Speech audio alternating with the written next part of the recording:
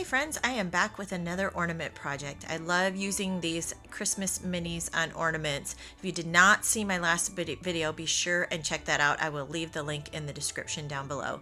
But for these, I actually found these fun whitewash wood star ornaments, and I knew they would be perfect for these mini transfers.